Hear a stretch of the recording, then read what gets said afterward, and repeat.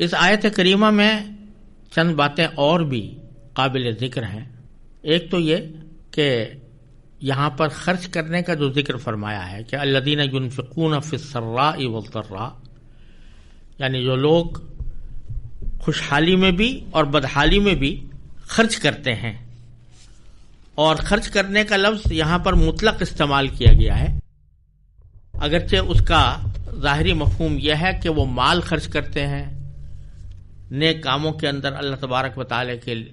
کے لیے اس کی رضا کی خاطر اپنی دولت کا استعمال کرتے ہیں۔ لیکن بعض مفسرین نے فرمایا کہ ینفقون، خرچ کرنے کا لفظ تو استعمال کیا ہے قرآن کریم نے، لیکن مال کا لفظ یہاں پر موجود نہیں ہے۔ تو اس سے یہ بات معلوم ہوتی ہے کہ جس طرح مال خرچ کرنا اللہ تبارک و تعالیٰ کی رضا جوئی کی خاطر یہ قابل اجر و ثواب ہے اور یہ تقویٰ کا ایک حصہ ہے، بلکہ اگر کوئی شخص اپنا وقت خرچ کرے کسی نیک کام کے لیے، کسی دوسرے کی مدد کے لیے، تو وہ بھی اس انفاق میں داخل ہے۔ اور اس کی تائید اس حدیث سے ہوتی ہے جس میں رسول کریم سرور دو عالم صلی اللہ علیہ وسلم سے ایک صحابی نے عرض کیا کہ اگر میرے پاس کچھ صدقہ خرچ کرنے کے لیے نہ ہو، میرے پاس اتنا مال ہی نہ ہو کہ میں صدقہ کروں، تو میں کیا کروں؟ تو آپ نے فرمایا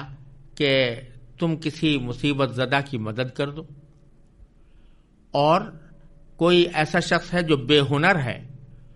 اس کے لیے کوئی چیز تیار کر کے دے دو، تو یہ بھی صدقہ ہے۔ اور اس نے کہا کہ اگر مجھے اس کا بھی موقع نہ مل سکے تو میں کیا کروں؟ تو سرکار دو عالم صلی اللہ علیہ وسلم نے ارشاد فرمایا کہ تم لوگوں کو اپنے شر سے محفوظ رکھو،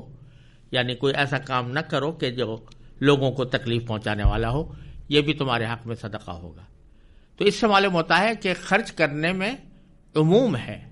یعنی ہر طرح کا خرچ کرنا، چاہے مال کا خرچ کرنا ہو، چاہے وقت کا خرچ کرنا ہو،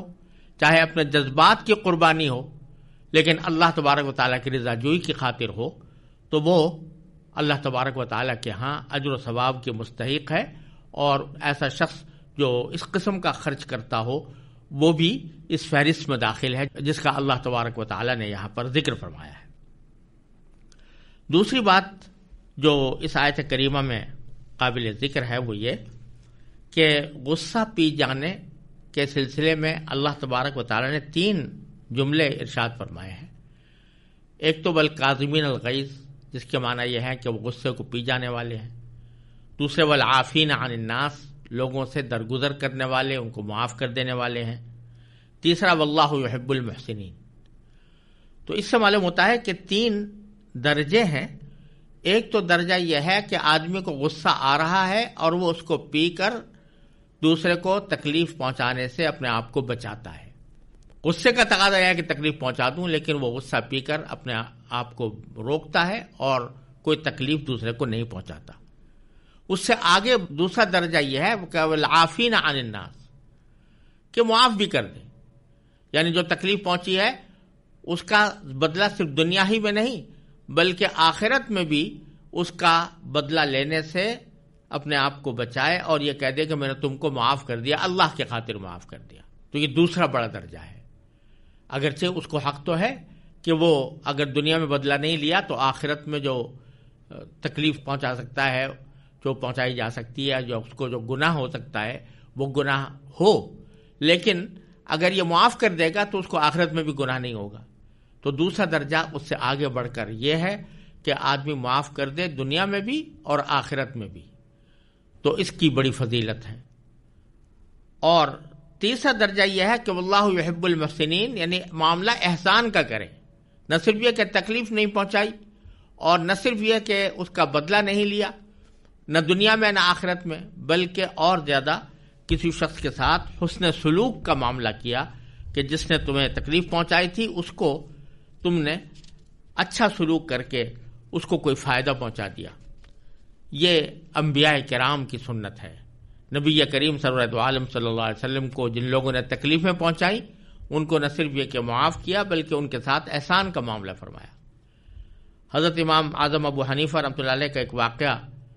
منقول ہے کہ ایک شخص نے بھرے بازار میں ان کی شان میں گستاخی کی اور گالیاں دیں۔ حضرت امام ابو حنیفہ رحمۃ اللہ علیہ نے غصے کو ضبط فرمایا اور اس کو کچھ نہیں کہا، اور گھر پر واپس آنے کے بعد ایک خان میں کافی درہم اور دینار رکھ کر اس شخص کے گھر تشریف لے گئے۔ دروازے پر دستک دی، یہ شخص باہر آیا تو اشرفیوں کا یہ خان اس کے سامنے یہ کہتے ہوئے پیش فرمایا کہ آج تم نے مجھ پر بڑا احسان کیا، اپنی نیکیاں مجھے دے دیں، میں اس احسان کا بدلہ کرنے کے لیے یہ تحفہ پیش کر رہا ہوں۔ امام ابو حنیفہ رحمۃ اللہ علیہ کے اس معاملے کا اس کے قلب پر جو اثر ہوا، اس کا نتیجہ یہ ہوا کہ اس کو آئندہ اس بری خصلت سے ہمیشہ کے لیے تائب ہونے کی توفیق ہو گئی، اور اس نے حضرت امام ابو حنیفہ سے معافی مانگی، آپ کی خدمت اور صحبت میں رہ کر علم حاصل کرنے لگا، یہاں تک کہ اس نے اپنے آپ کے شاگردوں میں ایک بڑے عالم کی حیثیت اختیار کر لی۔ تو یہ انبیاء کرام کی سنت ہے، نبی کریم صلی اللہ علیہ وسلم کی سنت ہے کہ نہ صرف معاف کر دیا جائے بلکہ اس کے ساتھ حسن سلوک کا معاملہ کیا جائے۔ قرآن کریم نے بھی دوسری جگہ ارشاد فرمایا ہے کہ ادفع باللتی ہی احسن، کسی شخص نے اگر تمہیں کوئی تکلیف پہنچائی ہے تو اس کی مدافعت اچھائی کے ساتھ کرو، فإذا الذی بینک وبینہ عداوۃ، اس کا نتیجہ یہ ہوگا کہ جس کے ساتھ تمہاری بڑی دشمنی تھی کأنہ ولی حمیم، وہ تمہارا گہرا دوست بن جائے گا۔ تو اللہ تبارک و تعالیٰ اس کی توفیق عطا فرماتے ہیں تو بڑے سے بڑا دشمن بھی آدمی کے آگے رام ہو جاتا ہے۔ آگے پھر اللہ تبارک و تعالیٰ نے جو اگلی آیتیں ہیں ان میں ایک خاص بات کو بیان فرمایا ہے، اور وہ یہ کہ متقیوں کی اور مومنوں کی جو صفات پیچھے بیان کی گئی ہیں ان کا حاصل یہ ہے کہ اپنی ساری زندگی اللہ اور اس کے رسول کی اطاعت میں گزاریں اور کوئی معصیت اور گناہ ان سے سرزد نہ ہو۔ لیکن ساتھ ہی اللہ تبارک و تعالی نے ان اگلی آیات میں ایک اور بات کی نشاندہی فرما دی جو بکثرت لوگوں کے دل میں پیدا ہوتی بھی ہے، وہ یہ کہ بے شک اطاعت کا معاملہ انسان نے اپنے ذمہ لازم کر لیا ہو اور اس نے پوری نیت بھی رکھی ہو کہ میں اللہ اور اس کے رسول صلی اللہ علیہ وسلم کی احکام کی اطاعت کروں گا، لیکن انسان ایک بشر ہے، اس سے بعض اوقات غلطیاں بھی سرزد ہو جاتی ہیں، بعض اوقات انجانے میں ہو جاتی ہیں، بعض اوقات جان بوجھ کر بھی ہو جاتی ہیں، کبھی شیطان غالب آ جاتا ہے، کبھی انسان کے نفس کے تقاضے اس کے اوپر غالب آ جاتے ہیں، اس کی وجہ سے اطاعت میں کمی ہو جاتی ہے، کوئی گناہ کر بیٹھتا ہے۔ تو کیا ایسا شخص مایوس ہو جائے کہ اب وہ متقیوں کی فہرست میں اور مومنین کی فہرست میں اور اللہ کے محبوب بندوں کی فہرست میں کبھی شامل نہیں ہو سکتا؟ اللہ تبارک و تعالی نے آگے آیات میں اس سوال کا جواب دیا ہے، چنانچہ آگے ارشاد ہے الذين ينفقون في السراء والضراء والكاظمين الغيظ والعافين عن الناس والله يحب المحسنين والذين إذا فعلوا فاحشة أو ظلموا أنفسهم ذكروا الله فاستغفروا لذنوبهم ومن يغفر الذنوب إلا الله ولم يصروا على ما فعلوا وهم يعلمون أولئك جزاؤهم مغفرة من ربهم وجنات تجري من تحتها الأنهار خالدين فيها ونعم أجر العاملين قد خلت من قبلكم سنن فسيروا في الأرض فانظروا كيف كان عاقبة المكذبين هذا بيان للناس وهدى وموعظة للمتقين۔ ان آیتوں کا ترجمہ یہ ہے کہ یہ وہ لوگ ہیں کہ اگر کبھی کوئی بے حیائی کا کام کر بھی بیٹھتے ہیں یا اپنی جان پر ظلم کر گزرتے ہیں تو فوراً اللہ کو یاد کرتے ہیں اور اس کے نتیجے میں اپنے گناہوں کی معافی مانگتے ہیں، اور اللہ کے سوا ہے بھی کون جو گناہوں کی معافی دے، اور یہ اپنے کیے پر جانتے بوجھتے اصرار نہیں کرتے۔ یہ ہیں وہ لوگ جن کا صلہ ان کے پروردگار کی طرف سے مغفرت ہے، اور وہ باغات ہیں جن کے نیچے دریا بہتے ہوں گے، جن میں انہیں دائمی زندگی حاصل ہوگی۔ کتنا بہترین بدلہ ہے جو کام کرنے والوں کو ملنا ہے۔ تم سے پہلے بہت سے واقعات گزر چکے ہیں، اب تم زمین میں چل پھر کر دیکھ لو کہ جنہوں نے جھٹلایا تھا، یعنی پیغمبروں کو جھٹلایا تھا، ان کا انجام کیسا ہوا۔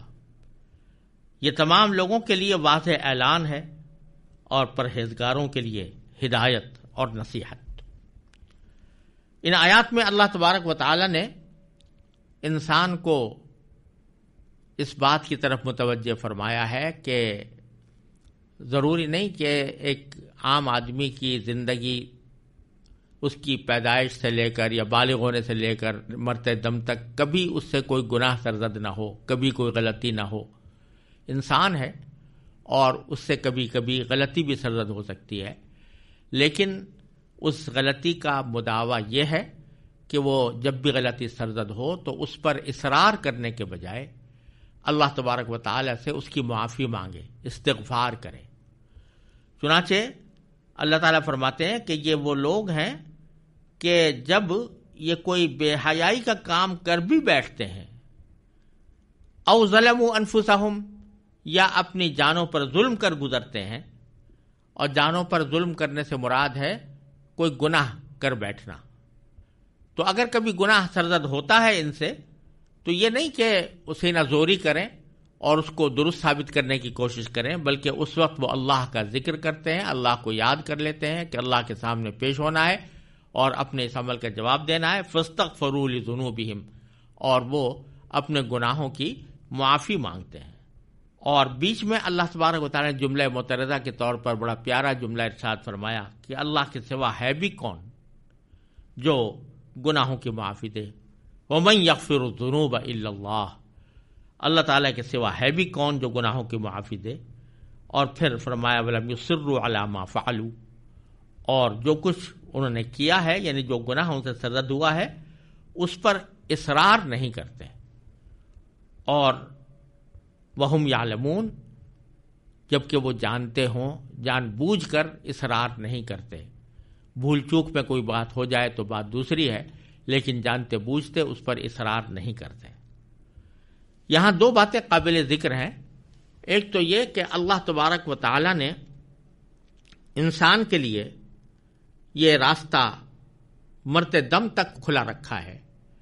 کہ اگر کبھی اس سے کوئی غلطی ہو جائے تو اللہ تبارک و تعالیٰ کی بارگاہ میں حاضر ہو کر استغفار کرے، معافی مانگے۔ اللہ تبارک و تعالیٰ اپنے فضل و کرم سے اس کو معاف کر دیتے ہیں۔ اور اللہ تبارک و تعالیٰ نے یہ ایک تریاق دیا ہے۔ شیطان انسان کو بہکاتا رہتا ہے، انسان کے نفسانی تقاضے، نفسانی خواہشات انسان کو بہکاتی رہتی ہیں۔ یہ ایک زہر ہے جو انسان کے ساتھ لگا ہوا ہے، لیکن اس زہر کا تریاق اللہ تبارک و تعالیٰ نے اتنا آسان کر دیا ہے کہ جب کبھی شیطان بہکائے یا نفس کے تقاضے سے مغلوب ہو کر انسان کوئی گناہ کر بیٹھے تو فوراً اللہ تبارک و تعالیٰ نے ایک تریاق عطا فرما دیا کہ اس زہر کا تریاق یہ ہے کہ وہ اللہ تبارک و تعالیٰ کی بارگاہ میں حاضر ہو کر استغفار کرے۔ استغفار کرے گا، معافی مانگے گا، سچے دل سے مانگے گا، تو اللہ تبارک و تعالیٰ فرماتے ہیں کہ اللہ تعالیٰ کے سوا ہے بھی کون جو انسان کے گناہوں کو معاف کرے۔ اللہ تبارک و تعالیٰ معاف کر دیتے ہیں۔ شرط یہ ہے کہ اصرار نہ کرے۔ اصرار کے دو معنی ہیں۔ ایک معنی تو یہ کہ وہ غلطی کو درست ثابت کرنے کی فکر میں نہ رہے، کہ جو غلطی ہوئی ہے اس کی تعویلیں تلاش کرے اور یہ کہے کہ نہیں، یہ غلطی نہیں ہوئی، فلاں وجہ سے، فلاں علت سے میں اس غلطی سے مبرہ ہوں، یہ کام نہ کرے۔ تو اصرار کے ایک معنی تو یہ ہے کہ غلطی کی تعویلیں کرنا اور اس کو درست ثابت کرنے کی کوشش کرنا، یہ بہت بری بات ہے، اس کے بعد پھر معافی نہیں ہو سکتی۔ اور دوسرے یہ کہ وہ جو غلطی اس وقت سرزد ہوئی ہے اس پر جس وقت استغفار کر رہا ہے تو ساتھ میں دل میں یہ ارادہ ہو کہ میں آئندہ یہ کام نہیں کروں گا۔ اور اگر دل میں ارادہ تو ہے کہ کرتا رہوں گا تو پھر یہ اصرار ہوا، گویا اس غلطی پر آدمی مسلسل قائم ہے اور اس سے اپنے آپ کو علیحدہ رکھنے کی اس کے دل میں فکر بھی نہیں ہے۔ تو پھر اس صورت میں استغفار فائدہ مند نہیں ہوتا. لیکن جب دل میں ندامت ہے اور اس کام کو درست ثابت کرنے کی کوشش بھی نہیں کر رہا اور دل میں یہ نیت بھی ہے کہ آئندہ میں اس گناہ سے بچوں گا، تو پھر یہ استغفار انسان کے لیے بڑے سے بڑے گناہ کی معافی کا ذریعہ بن جاتا ہے. اور اگر بالفرض دوبارہ پھر غلطی ہو جائے اور پہلے سے سوچے سمجھے منصوبے کے تحت نہ ہو، بلکہ بے اختیار کسی وقت غلطی ہو گئی یا نادانستگی میں ہو گئی یا کسی وقت پھر مغلوب ہو گیا شیطان اور نفس سے، پھر مغلوب ہو کر کوئی غلطی کر بیٹھا، تو اس کے بعد پھر استغفار کر لے اور سچے دل سے کر لے تو اللہ تعالیٰ پھر بھی معاف فرما دیتے ہیں. تو چنانچہ حدیث میں فرمایا ما اصر من استغفر، جو آدمی استغفار کرے وہ اصرار کرنے والوں میں شمار نہیں ہوتا. جو صحیح معنی میں سچے دل سے استغفار کرے وہ اصرار کرنے والوں میں شمار نہیں ہوتا. لہذا اگر آدمی سے کبھی غلطی ہو تو فوراً اللہ تعالیٰ کے حضور حاضر ہو کر استغفار کرے اور ساتھ میں یہ ارادہ رکھے کہ میں اس کو چھوڑ بیٹھوں گا. یہاں یہ بات بھی قابل ذکر ہے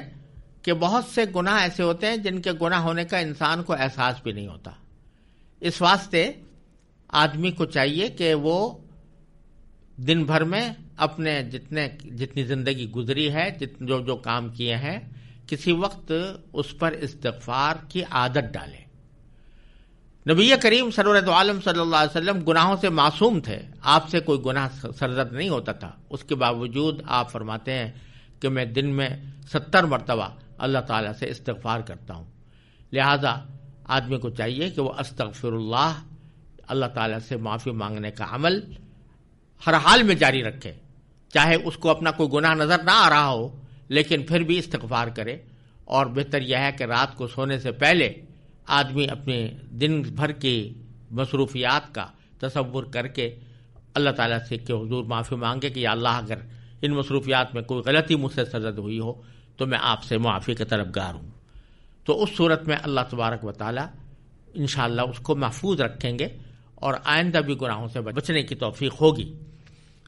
تو اس سے یہ بات بھی سمجھنے کی ہے کہ یہاں اللہ تبارک و تعالیٰ نے یہ استغفار کا جو ذکر فرمایا ہے اس کا اس سیاق میں ذکر فرمایا ہے کہ جو متقیوں کا ذکر آیا ہے پیچھے کہ متقی وہ ہیں جو خوشحالی میں بھی اور بدحالی میں بھی اللہ تعالیٰ کے راستے میں خرچ کرتے ہیں. انہی کے سیاق میں یہ بھی لکھا کہ وہ لوگ ہیں کہ اگر ان سے کبھی کوئی غلطی سرزد ہو جاتی ہے تو پھر وہ استغفار کرتے ہیں، اللہ تعالیٰ سے معافی مانگتے ہیں. تو معلوم ہوا کہ جو بندہ استغفار کا خوگر ہو اور غلطی پر معاف کرنے کا خوگر ہو وہ بھی متقیوں کی فہرست میں شامل ہو جاتا ہے. اور باوجود کہ اس سے غلطی سرزد ہوئی تھی لیکن اس نے چونکہ اس کا مداوع کر لیا، استغفار کر کے اس کی تلافی کر دی، تو اب وہ بھی متقیوں کی فہرست میں شامل ہو جاتا ہے. پھر آگے اللہ تبارک و تعالیٰ نے ان سب کا جو ثواب ملنا ہے اس کا ذکر فرمایا ہے کہ اولئک جزاؤہم مغفرۃ من ربہم، یہ وہ لوگ ہیں کہ جن کا بدلہ ان کے پروردگار کی طرف سے مغفرت کی صورت میں ان کو ملنے والا ہے. وجنات، اور ان کا بدلہ وہ باغات ہیں، وہ جنتیں ہیں کہ تجری من تحتها الانہار، جس کے نیچے سے نہریں بہتی ہوں گی. تو صلہ جو اللہ تعالیٰ نے ذکر کیا ان کے ان اعمال کا، اس میں پہلے ذکر فرمایا مغفرت کا اور پھر ذکر فرمایا جنت کا. تو معلوم ہوا کہ سب سے پہلی چیز جو انسان کو اللہ تبارک و تعالیٰ کی طرف سے بطور انعام عطا ہوگی وہ مغفرت ہے، کیونکہ اگر مغفرت نہیں ہے تو پھر انسان کو جنت کا بھی استحقاق نہیں ہو سکتا. تو اللہ تعالیٰ پہلے مغفرت فرمائیں گے اور پھر اس کو وہ جنتیں عطا فرمائیں گے جن کے نیچے نہریں بہتی ہوں گی اور اس میں وہ ہمیشہ رہیں گے. خالدین فیہا ونعم اجر العاملین، اور کتنا بہترین بدلہ ہے جو کام کرنے والوں کو وہاں پر ملنا ہے. تو بتلا دیا کہ یہ جو پیچھے اعمال بتائے گئے تھے یہ کام کرنے والے اللہ تبارک و تعالیٰ کی طرف سے بہترین بدلے کے مستحق ہوں گے. آگے پھر اللہ تبارک و تعالیٰ نے ان لوگوں کا بھی ذکر فرما دیا کہ جنہوں نے غفلت کے عالم میں اپنی زندگی گزاری اور پیغمبر کی دی ہوئی ہدایتوں کو قبول کرنے کے بجائے ان کو جھٹلایا تو فرمایا کہ قد خلت من قبلکم سنن، تم سے پہلے بہت سے واقعات گزر چکے ہیں، فسیروا فی الارض، تو اب تم زمین میں چل پھر کر دیکھ لو، فانظروا، دیکھو کہ کیف کان عاقبۃ المکذبین، کہ جنہوں نے پیغمبروں کو جھٹلایا تھا ان کا انجام کیسا ہوا۔ اس سے اشارہ ان قوموں کی طرف ہے کہ جنہوں نے پیغمبروں کو جھٹلایا اور اس کے نتیجے میں ان پر اللہ تعالیٰ کی طرف سے عام عذاب نازل ہوا، جیسے عاد کی قوم تھی یا ثمود کی قوم تھی، جن کا ذکر قرآن کریم میں متعدد مقامات پر آیا ہے اور انشاءاللہ آگے آئے گا۔